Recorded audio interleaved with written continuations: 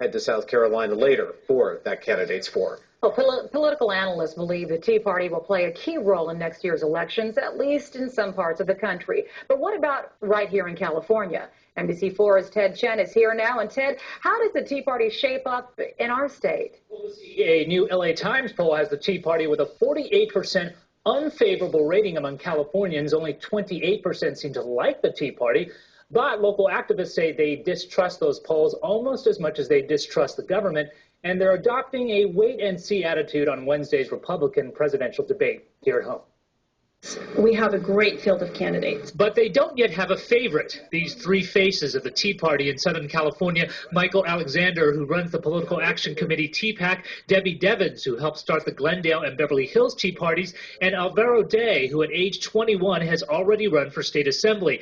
They're all waiting for the Republican presidential candidates to say more about what they're going to do about government spending. We haven't paid for the government that we already have, and we're spending more on this scheme and that scheme. Ted, we are 100 miles away, both in the Democrat Party and on the Republican Party, from having the discussion about America that we need to have. We're in terrible shape. They'll be closely watching as Texas Governor Rick Perry is set to join the field for the first time when it meets Wednesday at the Reagan Library in Simi Valley.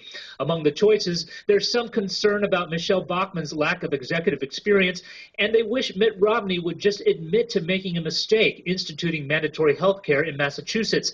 They say they're not going to make the mistake they felt the country made in 2008.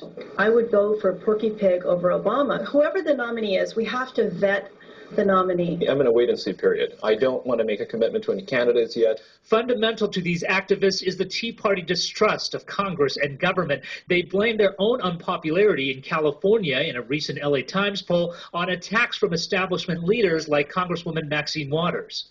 People agree with us. We're trying to save jobs. We're trying to save middle America. Alexander says we can blame ourselves and poor voter turnout for most of our problems. He says it doesn't matter how the debate turns out on Wednesday if people don't engage. We don't have a crisis of leadership so much as we have a crisis of citizenship.